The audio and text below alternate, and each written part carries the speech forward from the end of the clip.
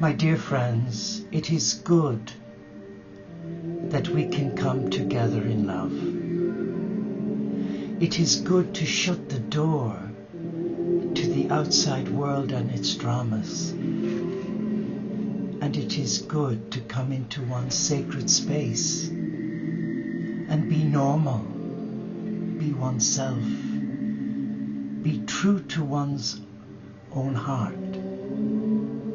to get rid of the shadows and the masks that sometimes we use in order to win other people's affection and approval.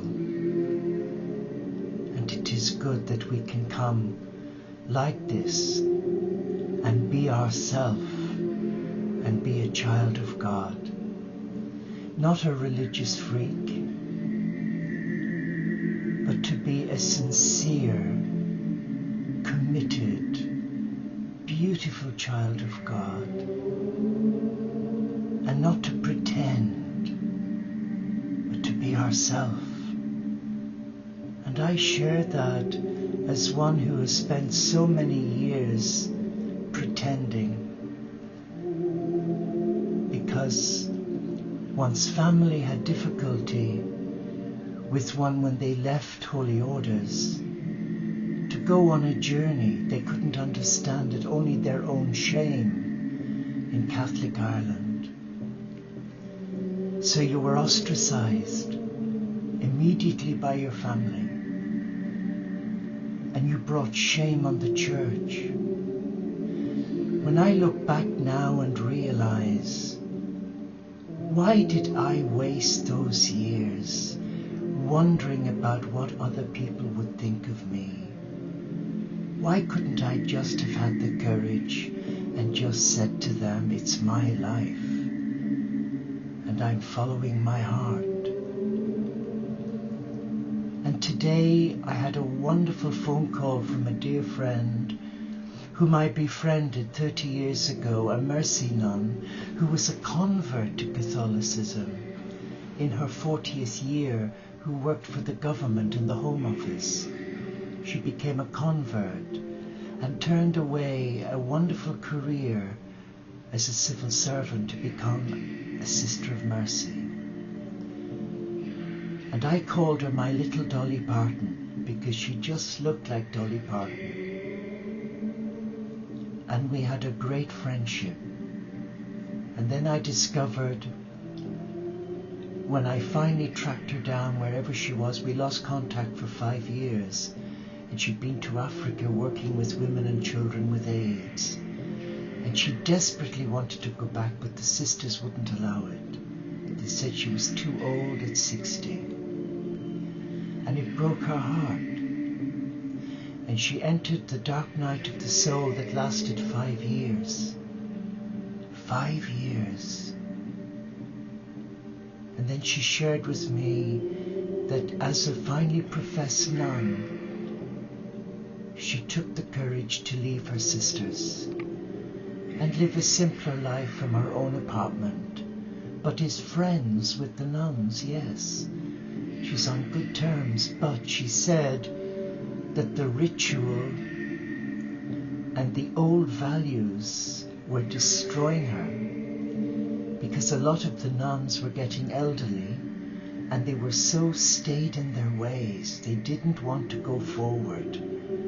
They didn't want change. If a sister blew her nose in the middle of Mass, they'd almost swear that there was a hurricane. They overreacted with the least little thing. But you and I are lucky. We lived the simplicity of the monastic life from our own home without all of that nonsense. We are free. And it takes more courage to live this life in the world where it's lost sense of God, divinity and the sacred. I take my hat off to any man or woman who can surrender their heart to God and embrace the monastic life today from their own home, because they have to create their space. They have to create the environment. in which to give their life to God as a bride of Christ, be it man or woman. And I feel that today, these are the new visionaries that are holding the light of God's love. And we need more men and women from different faiths to come together like we have now and learn to love one another. As Jesus said, love the Lord your God with all your heart, but your neighbor as yourself. And my neighbor isn't Catholic or Christian. My neighbor is a Buddhist, a Hindu, a Sikh, a dropout.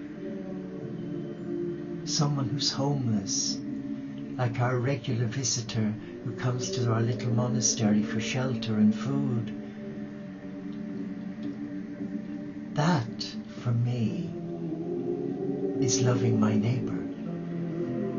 And especially loving those who have no belief in God. And trust me, where I live, in this very mismarble 1950s village, there's a lot of very wealthy elderly people here, and middle-aged, who have no faith whatsoever. So when they see this man cross-dressing in a blue denim habit, they think, hello. But I'm not afraid to be me. But they're sometimes uncomfortable because my presence challenges them to come back to the heart. Let us use this time to heal each other. The world needs good men and women who are willing to stand up for truth, for righteousness, and for justice. Like Pope Francis, whom I love with all my heart.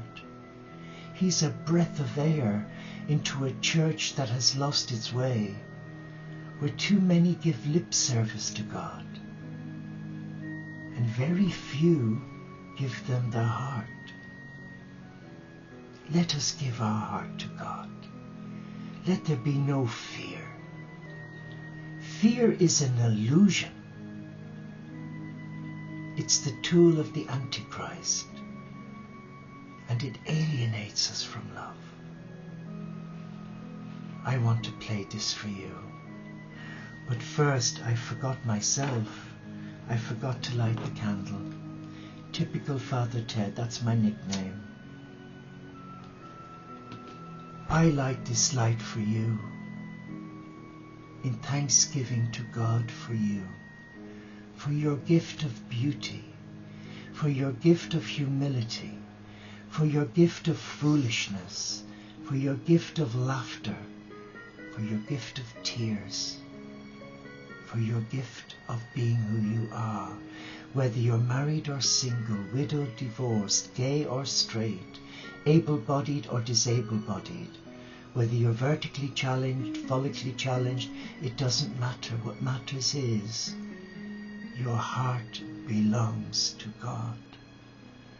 And that's all God sees, is your heart. Father, Mother God, who created us in life and who loves us in life, to the risen cosmic Christ who loves us because he loves his life, to the Spirit of God, who is the fire of life knocking on the door of our heart each day, and sometimes we're not at home. We're preoccupied with self, with minutiae. To Mother Earth, who calls us each day to embrace God through the natural world, like Francis and Claire, and Colette, and Pope Francis, Gandhi, Buddha, Vishnu, Ganesh, Krishna, Sri Chinmoy, and Mother Teresa of Calcutta. They met their God through the marginalized. Why can't we? And to all faiths and none, they are the children of God too. They are your brother and sister and mine. And that is the message from Francis of Assisi. Embrace all faiths and bring them my love, not my dogma, my love. So we come now. I want you to listen to these words because they're powerful. They are powerful.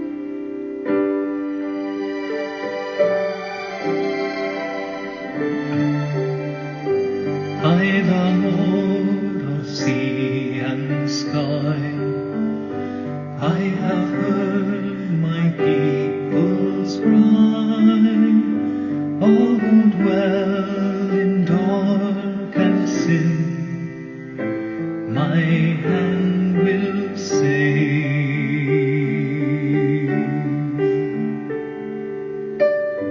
I who made the stars of night, I will make their darkness bright. Who will bear my light to them? Whom shall I send? Here I am, Lord. It is I, Lord. I have heard you calling in the night. I will go, Lord, if you lead me. I will hold your people in my heart. Praise you, God. Praise your name. I, the Lord of wind and plain, I will tend the poor and lame. I will set a feast for them, my hands will save.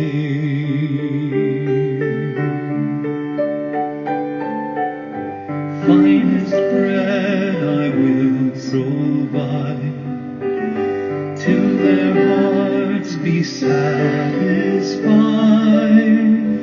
I will give my life to them. Whom shall I send? Here I am, Lord. It is I, Lord. I have heard you calling in the night. I will go, Lord, if you lead me. I will hold your people in my heart. I will hold your people in my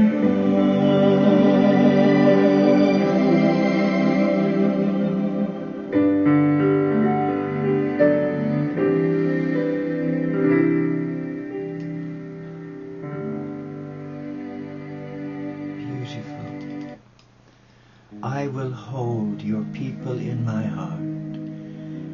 How can you and I hold the children of God in our heart when our heart is closed? Yes, closed. There are many in God's service today, be they monk or nun, imam or rabbi,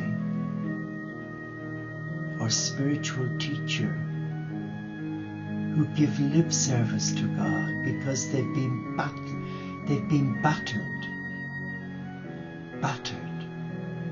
by the system. And I was one of them. And though I only gave 8 years of my life as a contemplative nursing monk, the system had no mercy. You were a number, not a person. And that's why today so many of the religious orders are dying a death. And there's a lot of good people in them, and they are afraid to take their power for fear of being judged unworthy or going to hell. So that negative mindset has eaten away at God's peace, and they end up becoming robotic in their spiritual values and in the delivery of their worship to God. They give a lip service, they become automatons. And I was one of them. I'm not now. I'm free. I'm free. But to be free in this service to God, you have to be broken in your ego, in your mind, in your self-centeredness and selfishness, and in your preoccupation with self and illness, because they become a form of demigod, a false god, and they're the ploys of the evil one to fill us with this preoccupation of poor me. Let us open our heart. Let us be men and women of courage. Let us take a leap of faith, like Papa Francis. He's ignoring tradition that goes back centuries. He's unruffling so many feathers that people don't know whether they're Arthur or Martha in the Vatican. Because he's a man on a mission, and he doesn't care one iota as long as the marginalized are supported in love, and as long as the children of God are loved and nurtured. He is an amazing man, and I take my hat off to him, because he goes where angels fear to tread. He walks on rice paper,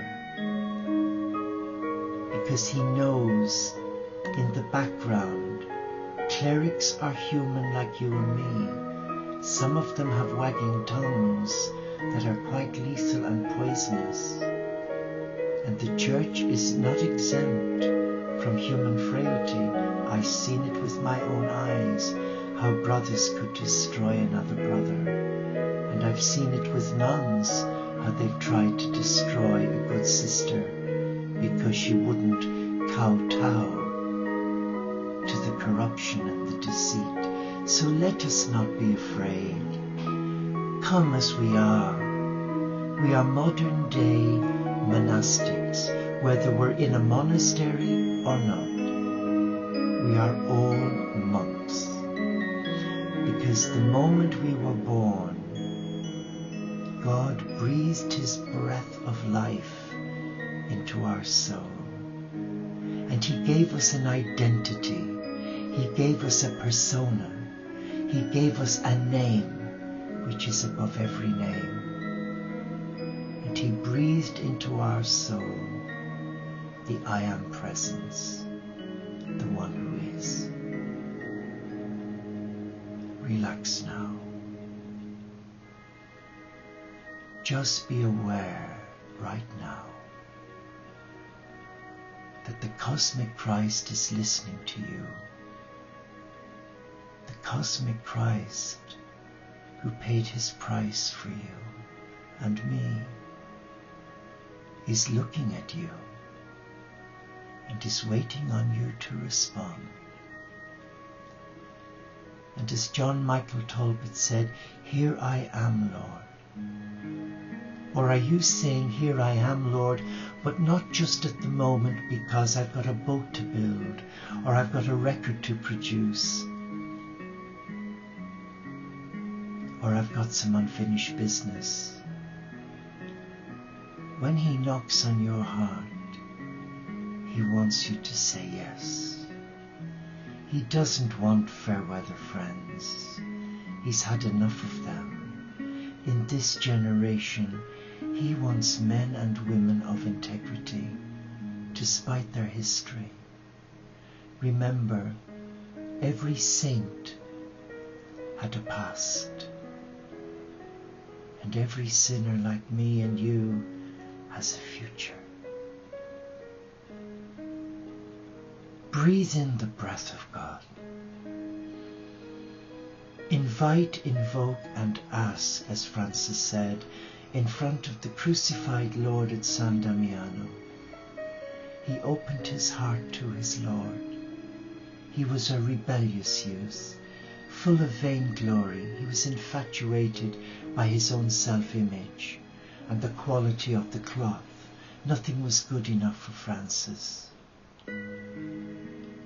He was spoiled rotten, but he was touched by God in a profound way when he was broken, when he had to come not as a knight in armor on a beautiful horse, but were he to walk back into Assisi to the shame, because he took ill and he came home in disgrace.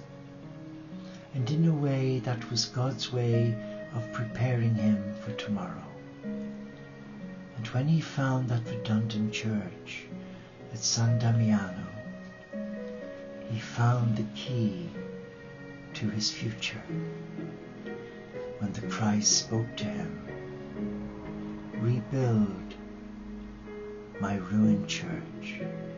The Christ was not referring to rebuilding San Damiano that Francis thought.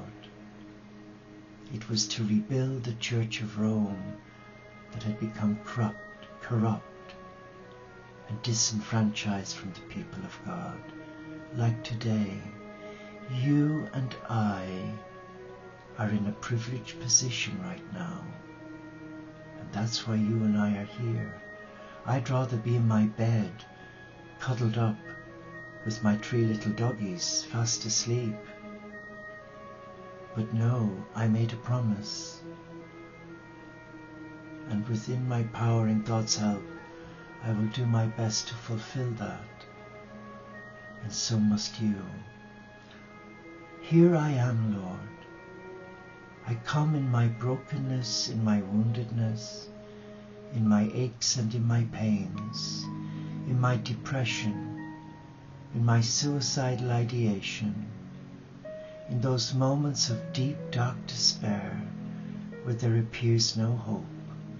I come and I offer you my disability as your ability to touch lives through this broken man. That's my prayer. I don't profess to be anything other than me. I'm too old in the tooth now to be playing games with God, because he always wins. He does. He always wins. He gets his way in the end. And the more we fight him, the more he will chase us. And he'll tease us, like 2 lovers in a relationship. Oh yes. The only thing is, he doesn't lean over us with a bunch of grapes, no. But he gives us his hand in friendship. So let us now come to him.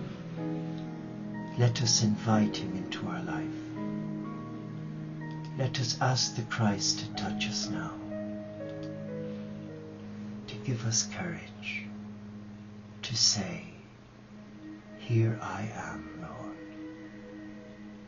I come to do your will, not mine." As St. Benedict said to his novices at Monte Cassino, it takes a minute to recite the vow that you make to God, as I did on the 8th of December 1968, but it's taken a lifetime of living that promise. And there are days when you think, why did I ever do it? But no regrets. So let us close our eyes Let us use the precious gift that God has given us, the gift of our free will. Let us ask Him to come in and allow us embrace His love. And feel Him around you. Feel His gentle arms holding you, caressing you as your beloved. And you fall into the arms of His embrace, and everything disappears. The worry, the anxiety, the fear.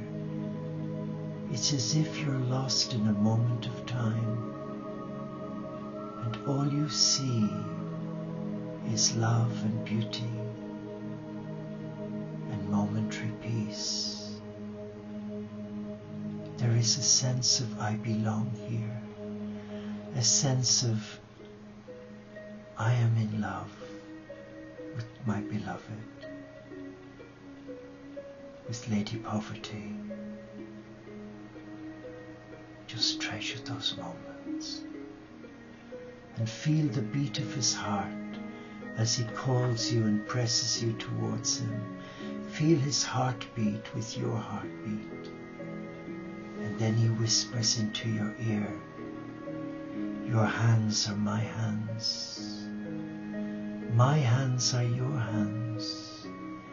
Your feet are my feet. And my feet are your feet. Your heart, when you surrender it, becomes my heart. And now my heart is in your heart. Be still. Be at peace. For there is no greater love on this earth plane than to lay down your life for your friends, for God's friends, the marginalized, the poor. Be at peace now. Be at peace in your heart. And allow your heart control your mind and bring your mind back into your heart. And say, I am a child of God. I am loved for who I am as a beloved of God, as a child of God. Be still now. Be still in the presence of the cosmic rise. And let the Spirit of God come upon you as He did Mary, a young virgin Jewish girl, barely 18 years old, who wasn't an academic. She didn't have a degree or a diploma. She'd no O-levels or A-levels. The only high school she graduated from was kindergarten, and what her mother taught her. And yet God singled her out as He has you and me. And He's asking you, will you bring my Son to the world? Will you allow others who are spiritually impoverished meet my beloved Son in how you live and lead your life? Stay with that. That is all I need to know.